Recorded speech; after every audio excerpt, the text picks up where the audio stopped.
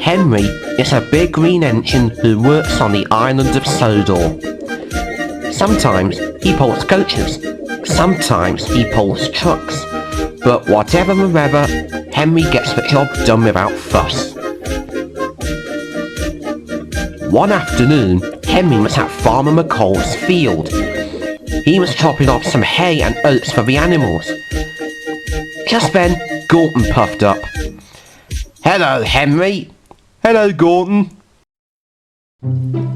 "Say, Henry," tooted Gorton, "I was wondering if you want to come with me to the Almond Valley drive-thru to watch Scary Movie 4 tonight." "Scary Movie?" cried Henry. "Why?" asked Gorton. "It's fun for me." "Well, it isn't to me. I already see and heard things late at night," Henry groaned. "Henry the Green Engine," replied Gorton. "You've already been afraid of lots of stuff. First the rain, then an elephant, and now talking snowmen. What else are you afraid of?" "Well, I'm afraid of..." Then, in a quiet, hurt voice, Henry added, "watermelons." Gorton chuckled. "That's a good one." "But seriously though, mate, what are you afraid of?" "I know," said Henry. "I was joking about the watermelons. I'm really afraid of monsters, Gorton." "Monsters?" asked Gorton. "Yes," said Henry. "They come out at night and make strange noises from under the traps under my berth back at Titmouth." "Henry, I doubt if there are any monsters under your berth back at the sheds," said Gorton. "So I guess that's a no on Scary Movie 4 then?" asked Gorton. "I'm afraid so," replied Henry, and Gorton puffed away. The next morning, Henry was taking on coal at the coaling plant when Gorton puffed up.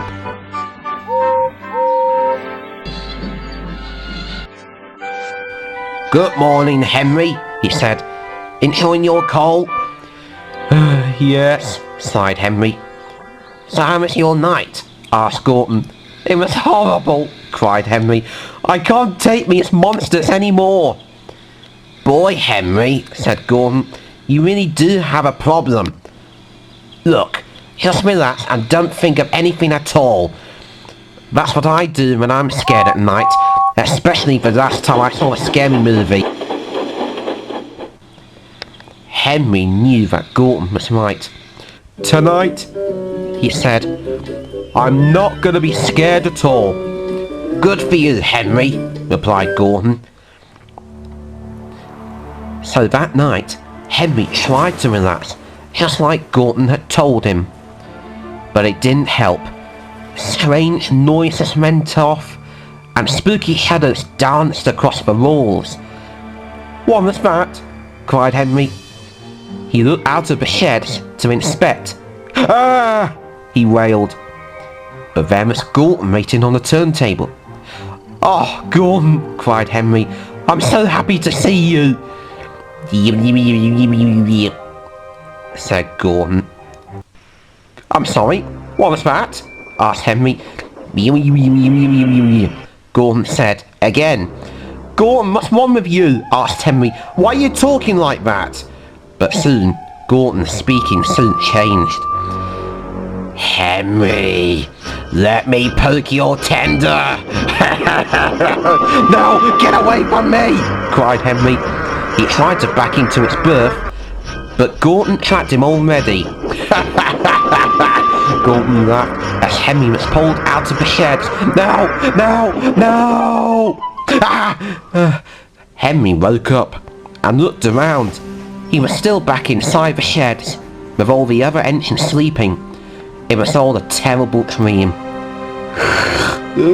"What's wrong, Henry?" yawned Edward. But Henry didn't say anything.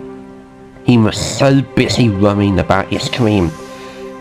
He was so worried that he didn't get back to sleep at all throughout that night, And to make matters worse, he had to get up early the next morning to take the flying kipper. And by the time he had finished delivering the rest of the fish from his train, he was so tired he could hardly keep his eyes open. Suddenly, there was a loud whistle which startled him. It was Gorton. He had just puffed up alongside Henry. "Gorton, stop doing that!" Henry fumed crossly. "Jeez, Henry, what's wrong?" asked Gorton. "Gorton, your plan didn't work. I'm scared as ever." "Oh," said Gorton. "It's about that nightmare, wasn't it?" "Gorton, I haven't even told you about the nightmare," huffed Henry. "Then how would I know?" asked Gorton. "Yeah, how would you know?" huffed Henry. "Did he have a nightmare, Henry?" "Yes," sighed Henry. Gorton thought for a moment. Then an idea popped in his pistons. "Maybe you need some help," he said. "Help?" asked Henry. "You know, help," said Gorton, "like a psychiatrist." "A psychiatrist?" said Henry. "That's it!" Luckily, Douglas's driver Wade used to be one back in Ulpapole. "Thank you, Gorton."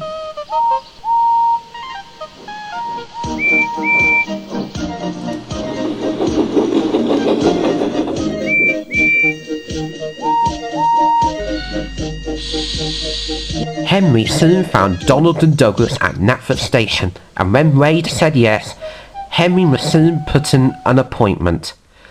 "All right, Henry," said Wade. "You said to have a fear of monsters hiding under your shed." "That's right, Wade," Henry replied. "Anything you can do to help?" "Well, first things first," said Wade. "When do you start having this fear of monsters?" "Well," Henry said, "it was a dark and stormy night, and I started hearing strange noises around me." "All right, Henry," said Wade. "Are you familiar with ink bolts?" But Henry was too tired to think properly, but he tried his best anyway. No," said Henry, "but Toby and I got chickenpox a few years back." "Oh," replied Wade. "Well, this is going to be a little different. I will show you an ink bolt, and you will tell me what you see." Wade pulled up a pad showing an ink bolt.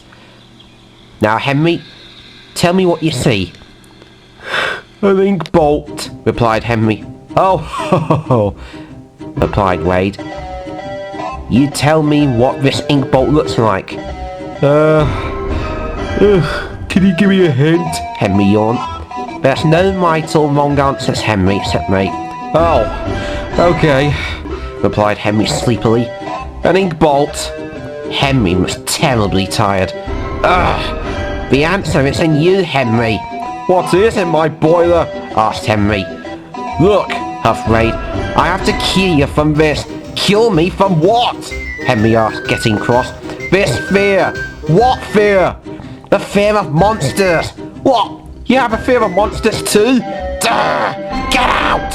shouted Wade. Henry was so scared by this, he raced out of the station as fast as he could. Donald and Douglas, who saw everything, thought it was very funny indeed. That night, back at the shed, Henry heard the noises again, but this time he was feeling depressed. He hadn't cured his problem. "Maybe Gorton's right," Henry thought to himself. "Maybe I shall have to face my..."